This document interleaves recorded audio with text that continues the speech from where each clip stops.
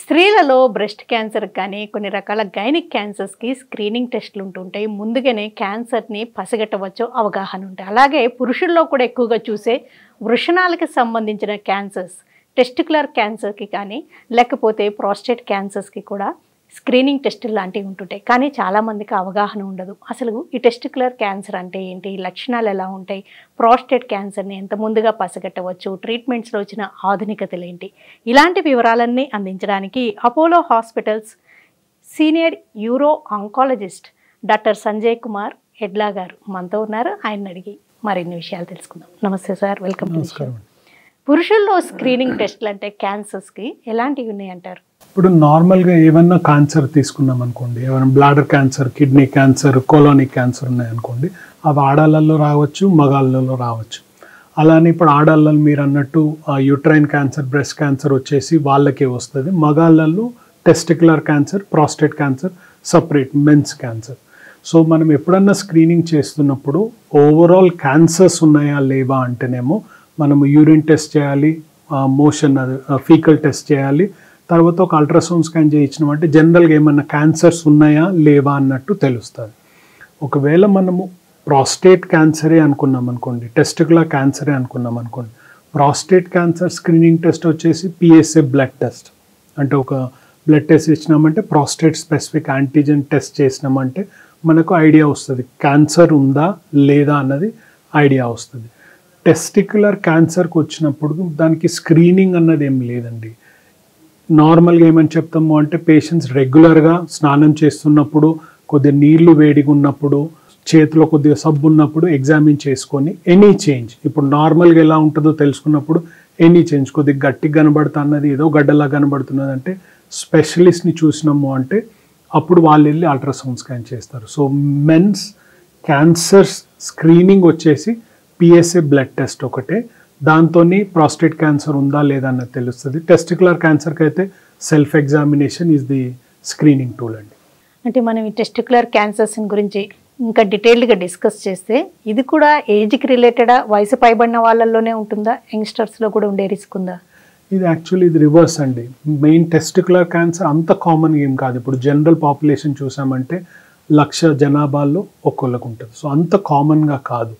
కానీ ప్రాబ్లం ఏమి అంటే జనరల్గా వచ్చేది 20 to 30 ఒక టైప్ ఆఫ్ టెస్టిక్యులర్ క్యాన్సర్, మరి 40sలో వస్తుంది. సో 20sలో 40sలో వచ్చే cancer testicular cancer. So actually opposite, prostate క్యాన్సర్కి ఆపోజిట్ టెస్టిక్యులర్ క్యాన్సర్ ఉంటుంది.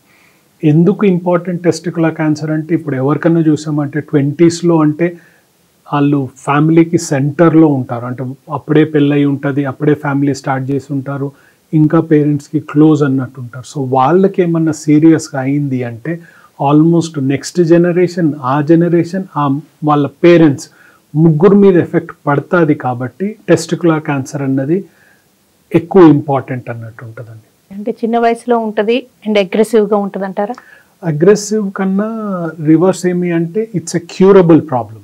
సో నేను ఇప్పుడు ఇంతకుముందు చెప్పినట్టు టెస్టిక్యులర్ క్యాన్సర్ పికప్ చేయగలమా లేదా అంటే మీరు సెల్ఫ్ ఎగ్జామినేషన్ చేసుకున్నాము అంటే అర్లీ స్టేజెస్లోనే పికప్ చేయగలం. రెండోది ఏమి అంటే మీరు కరెక్ట్గా ట్రీట్మెంట్ తీసుకున్నారు అంటే కామన్గా క్యూర్ అవుతుంది. సో ఇప్పుడు ఎనీ అడ్వాన్స్ స్టేజ్ టెస్టిక్యులర్ వృషణాల్లో క్యాన్సర్ వచ్చిందంటే క్యూర్ అయ్యే ఛాన్సెస్ ఎక్కువగా ఉంటాయి. ఇప్పుడు నేను చాలా రోజులు ఇంగ్లాండ్లో ఉన్నాను. ఇంగ్లాండ్లో చూసామంటే 100 మందికి టెస్టిక్యులర్ క్యాన్సర్ వస్తే మోర్టాలిటీ ఎంతమంది చనిపోతారు అంటే 2 to 3 చనిపోతారు 100 మంది టెస్టిక్యులర్ క్యాన్సర్లో. అలాంటిది ఇండియాలో ఏమవుతుందంటే ఇప్పుడు 100 మంది ఈ 20 to 30 year oldలో టెస్టిక్యులర్ క్యాన్సర్ వస్తే మనము డేటా చూసామంటే ఆల్మోస్ట్ 25 members చనిపోతున్నారండి. సో అనవసరంగా almost we are losing about 20 to 22 of ఆ చిల్డ్రన్ టెస్టిక్యులర్ క్యాన్సర్కి. ఎందుకంటే మనం అర్లీ పికప్ అన్న చేయట్లేదు, లేకపోతే సరిగ్గా ట్రీట్మెంట్ అన్న ఇవ్వట్లేదండి. సో అందువలన దీని గురించి అవగాహన పెరిగింది అంటే ఎర్లీ స్టేజెస్లో పికప్ చేస్తాం కాబట్టి క్యూర్ అయ్యే ఛాన్సెస్ కూడా ఎక్కువగా ఉంటాయండి. అంటే ఈ క్యాన్సర్ ఎంత కామన్ అంటారు, ప్రివలెన్స్ ఎలా ఉంది? ఇది సో కామన్ అన్నది ఇది ఎక్కువ కామన్ కాదండి, 1 in lakh. సో ఒక నార్మల్ డిస్ట్రిక్ట్లో చూసామంటే మనం 10 లక్షల పాపులేషన్లో యాక్చువల్లీ సంవత్సరానికి 10 నుంచి 15 కేసులే అవుతాయి. కానీ ఆ ఏజ్ గ్రూప్ ఇంపార్టెంట్, అదొకటి. రెండోది ఏమి అంటే నార్మల్గా చిన్న సెంటర్లలో చేయరు. ఆల్మోస్ట్ ప్రతి టెస్టికులర్ క్యాన్సర్ ట్రీట్మెంట్ వచ్చేసి క్యాన్సర్ సెంటర్స్లో చేస్తారు. ఎందుకంటే వీళ్ళకి తర్వాత కీమోథెరపీ అవసరం ఉండొచ్చు, రేడియోథెరపీ అవసరం ఉండొచ్చు, మళ్ళీ మేజర్ సర్జరీ RPLND అంటాం, ఏమంటే పెద్ద ఆపరేషన్ ఉంటుంది, ఆల్మోస్ట్ 6 to 7 hours సర్జరీ ఉంటుంది. సో అందువలన టెస్టికులర్ క్యాన్సర్ అంత కామన్గా కాదు కాబట్టే ఇది అన్ని సెంటర్లలో చేయరు, ఓన్లీ మేజర్ సెంటర్స్లో దీన్ని ట్రీట్మెంట్ చేస్తారండి.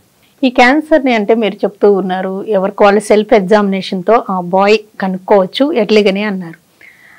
అంటే బ్రెస్ట్ క్యాన్సర్ కూడా సెల్ఫ్ ఎగ్జామినేషన్ ఉన్నా కానీ స్క్రీనింగ్ టెస్ట్లు మస్ట్ అంటుంటారు. అలాగే దీనికి ఏమైనా స్క్రీనింగ్ టెస్ట్ అట్లా చేయించుకోవడం బెటరా? అంటే చేతికి తగిలే స్టేజ్కి అంటే కొంచెం లేట్ అవ్వచ్చు కదా. సో ఇప్పుడు బ్రెస్ట్ క్యాన్సర్ అంటే ఇప్పుడు మనము 2018 నుంచి చూసామంటే అండి, బ్రెస్ట్ క్యాన్సర్ ఎంత కామన్ అయింది అంటే మగాళ్ళని ఆడాలని ఇద్దరిని కలిపినా కానీ కామనెస్ట్ క్యాన్సర్ బ్రెస్ట్ క్యాన్సర్ అవుతుందండి. సో అది చాలా కామన్ కాబట్టి మనము స్క్రీనింగ్ చేయొచ్చు, దాంతో పికప్ రేట్ కూడా ఎక్కువ ఉంటుంది. టెస్టికులర్ క్యాన్సర్ అంత కామన్గా కాదు కాబట్టి అంత రెగ్యులర్గా స్క్రీనింగ్ చేయని అవసరం లేదు. ఎవరిలో స్క్రీనింగ్ చేయాలంటే ఇప్పుడు ఫ్యామిలీ మెంబర్స్ ఎవరైనా అన్నదమ్ములకు ఎవరికైనా టెస్టికులర్ క్యాన్సర్ వచ్చింది అంటే మిగతా ఉన్న పిల్లలందరికీ అల్ట్రాసౌండ్ స్కాన్ చేయించడం బెటర్. ఒకవేళ వాళ్ళ నాన్నగారికి ఉన్నది అంటే పిల్లలకి చేయించడం బెటరు. మూడోది అన్డిసెండెడ్ టెస్టికల్ అని ఉంటుంది, అంటే టెస్టికల్ లోపల స్క్రోటంలో ఉండకుండా పైన ఇంకెక్కడన్నా ఉన్నదంటే వాళ్ళకి ఫస్ట్ సెల్ఫ్ ఎగ్జామినేషన్ చెప్తాము and a very low threshold, ఏమన్నా చేంజ్ అనిపిస్తున్నదంటే అల్ట్రాసౌండ్ స్కాన్ చేసేస్తాం. అల్ట్రాసౌండ్ స్కాన్ ఆల్మోస్ట్ ప్రతి గల్లీలో ఉంటుంది, అంత ఎక్స్పెన్సివ్ కూడా ఉండదు and it's a very good screening tool. ఉన్నదా లేదా అని చెప్పేస్తుంది. సో అందువలన అందరి జనరల్గా స్క్రీనింగ్ చేయని అవసరం లేదు, కానీ రిస్క్ ఫ్యాక్టర్స్ ఉన్నాయి. ఫ్యామిలీ హిస్టరీ ఉన్నది, ఇంతకుముందు అన్డిసెండెడ్ టెస్టికల్కి ఆపరేషన్ చేసి కింద ఫిక్స్ చేసాము, లేకపోతే పేరెంట్స్కి టెస్టికులర్ క్యాన్సర్ ఉండే ఎవరికన్నా ఈ రిస్క్ ఫ్యాక్టర్స్ ఉన్నాయి అంటే వాళ్ళు ఈ ట్రీట్మెంట్ అంటే స్క్రీనింగ్ చేయించుకోవడం బెటర్.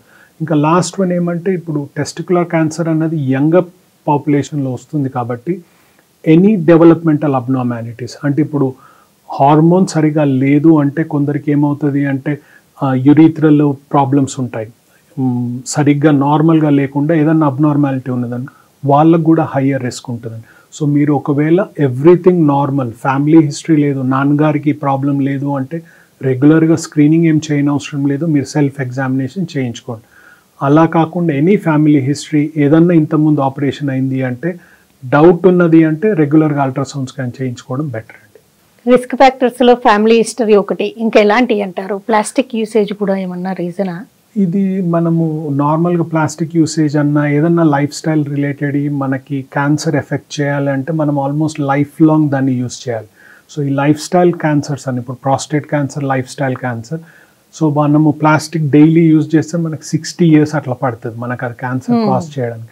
టెస్టికులర్ క్యాన్సర్ 20sలోనే వస్తుంది కాబట్టి జనరల్గా కెమికల్స్ అన్న ఏమీ రిలేటెడ్ ఉండదు. 2 risk factors, life style risk factors అంటే స్మోకింగ్, టొబాకో యూసేజ్, ఆల్మోస్ట్ ఏ క్యాన్సర్ చూసినా కానీ రిస్క్ ఉంటుంది, సేమ్ టెస్టికులర్ క్యాన్సర్. రెండోది ఏమంటే ఎక్కువ ఒబిసిటీ, చాలా లావుగున్నారు అంటే దాంతో మళ్ళీ హార్మోనల్ చేంజెస్ వచ్చేసి ప్రాస్టేట్ టెస్టికులర్ క్యాన్సర్ వచ్చే ఛాన్సెస్ ఉన్నాయండి. కానీ ఆ మెయిన్ ఆ జెనెటిక్ రిలేటెడ్ ఫ్యామిలీ హిస్టరీ ఉన్నదంటే that is the strongest risk factor. అక్వైర్డ్లో వచ్చేసేసి ఈ స్మోకింగ్ అండ్ ఒబిసిటీ అండి. ఈ టెస్టికులర్ క్యాన్సర్ని ఒకవేళ ఎవరికి వాళ్ళు సెల్ఫ్ ఎగ్జామినేషన్లో గుర్తించారు, లేకపోతే రిస్క్ ఫ్యాక్టర్ ఉన్న వాళ్ళు అల్ట్రాసౌండ్లో తొలి దశలో ఎలాంటి సిమ్టమ్స్ లేనప్పుడు గుర్తించారు, అప్పుడు ఏం చేస్తుంటారు? సో నార్మల్గా ఏమవుతుందంటే ఎర్లీ స్టేజెస్లో పికప్ చేసుకున్నామంటే వాళ్ళకి సర్జరీ కావాలి, ఆ టెస్టికల్ తీసేసినాము అంటే క్యూర్ అయిపోతుంది అంతే. సో మిగతా టెస్టికల్ని ఎగ్జామిన్ చేసుకుంటూ ఉండాలి, కానీ ఆ టెస్టికల్కి వచ్చేది వరకు 99% ఛాన్స్ క్యూర్ అయిపోయినారు. కొందరిలో ఇప్పుడు ఎస్పెషల్లీ ఇండియాలో ఏమవుతుందంటే లేట్ స్టేజెస్లో వస్తారు కాబట్టి క్యాన్సర్ ఆల్రెడీ స్ప్రెడ్ అయిపోయి ఉంటుంది. మిగతా మెయిన్గా కడుపులో కన్నా చెస్ట్లో కన్నా లంగ్స్లోకి వెళ్ళొచ్చు, ఇక్కడ పైన లింఫ్ నోడ్స్కి వెళ్ళొచ్చు. ఆ స్టేజ్లో కూడా వీళ్ళకి క్యూర్ అయ్యే ఛాన్సెస్ ఉన్నాయండి. సో మెయిన్ ఏమంటే టెస్టికులర్ క్యాన్సర్ ఏ స్టేజ్లో అయినా కానీ మనం కరెక్ట్గా ఐడెంటిఫై చేసి కరెక్ట్ అన్ని ట్రీట్మెంట్ ప్లాన్ తీసుకున్నాము అంటే క్యూర్ అయ్యే ఛాన్సెస్ ఎక్కువ ఉంటాయి. ఎర్లీ స్టేజెస్లో పికప్ చేసినాము అంటే సింపుల్ డే కేస్ సర్జరీ ఉంటుంది, ఆ టెస్టికల్ మీద ఆపరేషన్ చేస్తాము, దట్ ఎండ్స్ ఇట్. మానిటరింగ్ ఉంటుంది కానీ ఇంకా అడిషనల్ ట్రీట్మెంట్ అవసరం ఉండదు. ఈ క్యాన్సర్ ఉన్నప్పుడు అంటే ఇలాంటి అవగాహన లేదు, వాళ్ళకి సిమ్టమ్ అంటే వాళ్ళకి ఏదో సంథింగ్ ఆడ్గా అనిపించడమా, హార్డ్గా అనిపించడమా, ఇంకేమన్నా సిమ్టమ్స్ ఉంటాయి? అంటే ఇప్పుడు ఎవరన్నా మగాళ్ళల్లో చెప్తే ఏమంటాము అంటే ఎవరైనా టెస్టికల్ని స్క్వీజ్ చేస్తే ఒక డీప్ పెయిన్ ఉంటుంది. One of the first thing ఏమవుతుంది అంటే మనకు ఏదైనా గడ్డ ఉన్నదా అని లేదా అని తెలుస్తుంది. రెండోది ఏమంటే ఆ నార్మల్ నొప్పి అన్నది పోతుంది. సో ఏమంటాము అంటే పెయిన్ లేకుండా వృషణాల్లో ఏదైనా గడ్డు ఉన్నది అంటే అది testicular cancer until proven otherwise.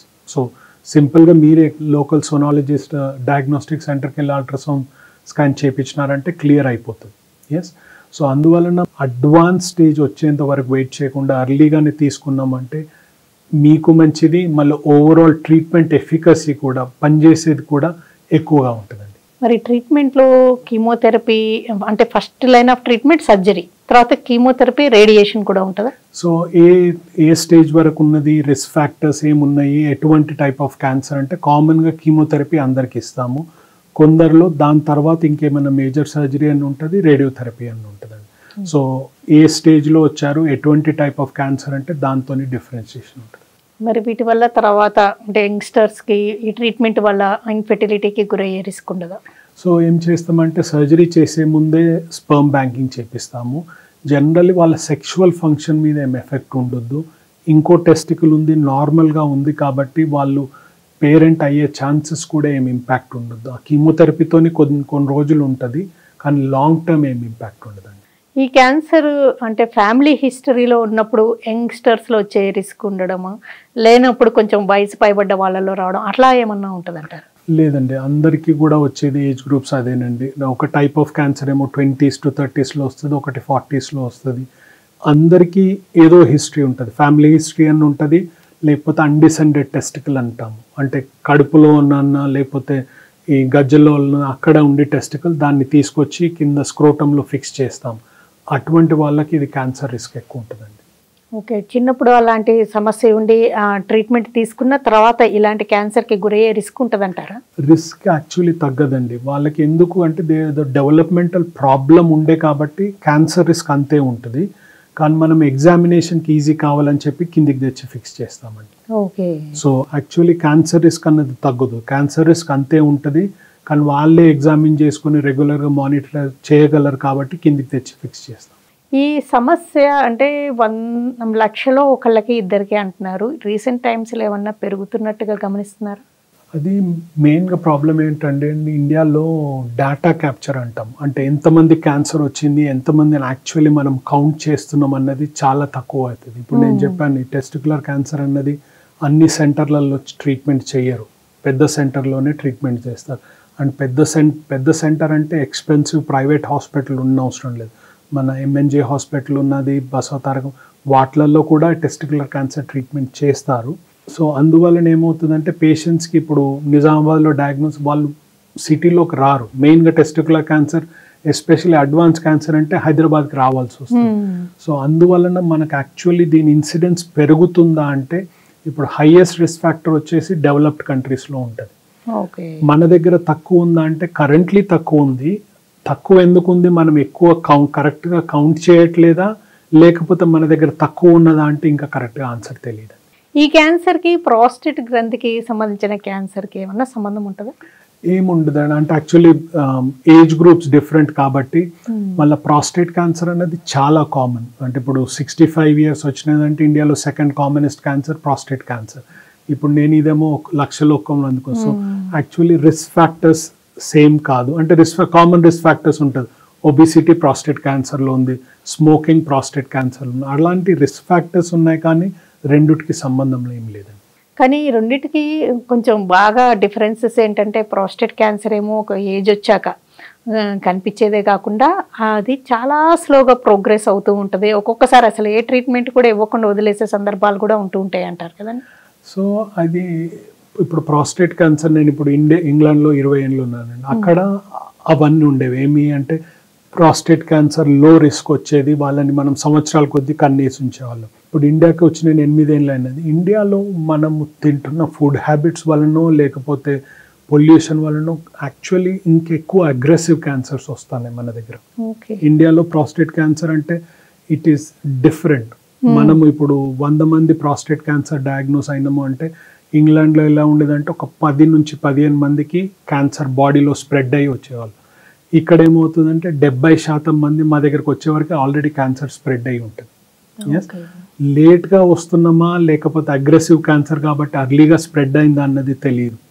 Yes, so మాకు వచ్చిన 100 కేసులలో ఆల్మోస్ట్ 70% మందికి అగ్రెసివ్ క్యాన్సర్ అని ఉంటుంది, లేకపోతే క్యాన్సర్ ఆల్రెడీ స్ప్రెడ్ అయిపోయి ఉంటుంది. కాబట్టి ఇండియాలో కరెంట్లీ మనం ఇంకా ఆ స్టేజ్కి రాలేదు. ఏది కన్నీసి ఉంచుదామంటే, ఇప్పుడు ఇవాళ పేషెంట్ గారు వచ్చారు, 80 years ఉండేను, ఆయనకి లో రిస్క్ ప్రాస్టేట్ క్యాన్సర్ ఉంది. సో అటువంటి వాళ్ళ మీద కన్నీసి ఉంచవచ్చు. కానీ ఇప్పుడు యంగర్ 60 year old ఉన్నారు, 65 year ఉన్నారు, 70 years ఉండి ఆయనకి ఇంకో 15 ఏళ్ళు ముందర ఉన్నది అనుకోండి, వాళ్ళ మీద కన్నేసి ఉంచడం కొద్దిగా భయపడతాయి. ఎందుకు భయపడతాము అంటే ఈ డేటా అంతా వచ్చింది మనము వెస్టర్న్ సొసైటీ నుంచి వచ్చింది.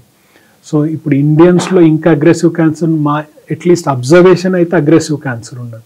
సో వీళ్ళకి నా దగ్గర డేటా ఉందండి 100 మందిలో ఏం కాదని డైరెక్ట్గా యూజ్ చేయలేము. సో ఏమని చెప్తామంటే ఈ డేటా ఉందండి, ఇండియాలో ఎలా ఉంటుందో చూడాలి. సో అందుకోసం వాళ్ళని మేము 6 నెలలకు ఒకసారి చూసేవాళ్ళు, మిమ్మల్ని 3 నెలలకు ఒకసారి చూస్తాము. పిఎస్ఎనే కాకుండా ఎంఆర్ఐ వాడదాం, ఇంకేదైనా వాడదాం అని ఇంకొద్దిగా జాగ్రత్తగా చూస్తాం అన్నట్టు. ఆఫర్ చేస్తాము, ఎగ్జామిన్ చేసి మీ మీద కన్నేసి ఉంచుతామని, కానీ కొద్దిగా ఇంటెన్సివ్గా ఫాలో అప్ అవుతాం. ప్రాస్టేట్ క్యాన్సర్కి కూడా లక్షణాలు లేకుండా ఉండడం అండ్ ఉంటే ఎలాంటి సిమ్టమ్స్ ఉండడం ఇలాంటివి ఉంటుంది. సో ఇప్పుడు ఎవరికన్నా మనము లేట్ 50s ఎర్లీ 60s ఉన్నదంటే ఆల్మోస్ట్ 100 మందిని తీసుకున్నామంటే 100 మందికి అడుగుదాం మూత్రంది ప్రాబ్లం ఉందా అంటే 80 to 90% ఏమంటారంటే అవునండి ప్రాబ్లం ఉన్నదంట.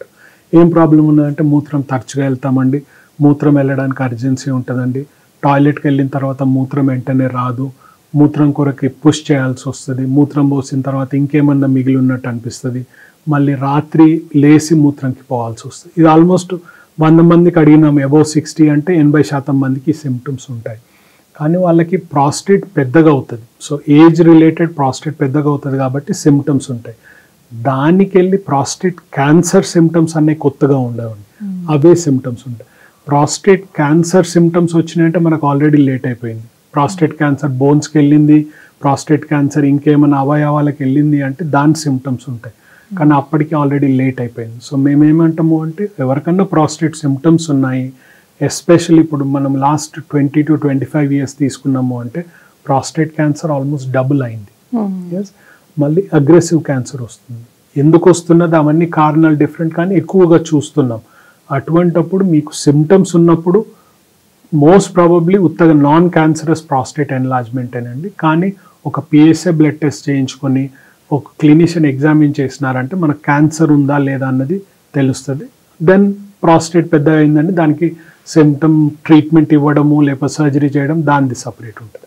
రోబోటిక్ సర్జన్ కూడా కదండి మీరు, బాగా ఎక్స్టెన్సివ్గా సర్జరీస్ చేస్తుంటారు కదా. ఈ ప్రాస్టేట్ క్యాన్సర్కి రోబోటిక్ సర్జరీస్ అనేవి చాలా కీ రోల్ ప్లే చేస్తుంటాయి. అలాగే టెస్టిక్యులర్ క్యాన్సర్స్కి కూడా? ఎస్. సో రోబోటిక్ సర్జరీ ఇప్పుడు మనకి నార్మల్గా 3 రకాల సర్జరీలు ఉంటాయండి. ఒకటేమో ఓపెన్ సర్జరీ, జిప్ లాగా మొత్తం ఓపెన్ చేసి సర్జరీ చేస్తాం. ఫ్రమ్ అరౌండ్ 1992, 93 నుంచి లాప్రోస్కోపిక్ సర్జరీ వచ్చినాయి. ఏమంటే టెలిస్కోప్ లోపల పెట్టి సర్జరీ చేయడం అన్నట్టు. సో పెద్ద కట్ కాకుండా 1 centimeter 12 millimeter కట్స్ చేసేవాళ్ళం. కానీ ఆ సర్జరీలు అన్నీ ఏమయ్యేది అంటే అన్ని స్ట్రైట్గా రాడ్లతోని చేయాల్సి వచ్చేది. ఇప్పుడు మనం ఏదన్నా మనం తిన్నా కానీ ఇలా కలుపుకొని తింటాం. సో నాకు ఈ మూమెంట్ రావాలి. లాప్రోస్కోపిక్ సర్జరీలు అన్నిట్లలో ఏమంటే మనం ఒక చక్కిచ్చేసి చేయాలంటే, సో ఇలా పెట్టి ఇలా అన్నంత వరకు వచ్చేది కాదు. సో సర్జరీలో అలా డిఫికల్ట్ అయ్యేది. రోబోటిక్ సర్జరీతో ఏమి అంటే నా నార్మల్ రిస్ట్ మూమెంట్స్ అన్ని దాంట్లో ఉంటాయి కాబట్టి ఎనీ కాంప్లెక్స్ సర్జరీ చేయగలను. అందుకోసమని ఏదైనా సర్జరీ, ఇప్పుడు నేను అప్పుడప్పుడు ఏమంటానంటే ఉత్తమ కాఫీ చేయడం అనుకోండి, రోబోట్ దాంతో నేను కాఫీ కూడా చేయొచ్చు, ఆరెంజ్ పీల్ చేయొచ్చు, ఏదైనా నేను చేతితోనే చేయగలను, నేను దాంతోనే అది చేయగలను.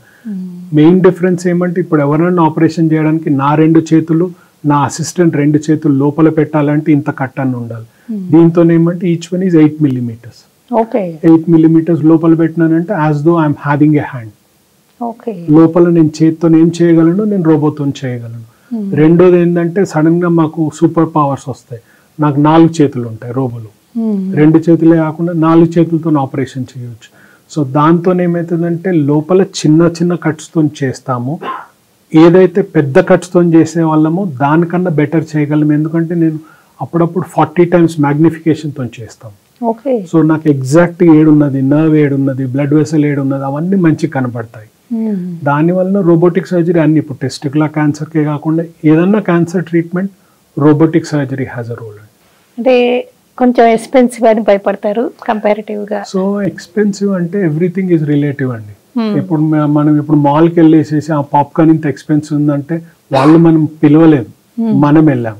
అలానే ఇదేమంటే ఇది అవసరం.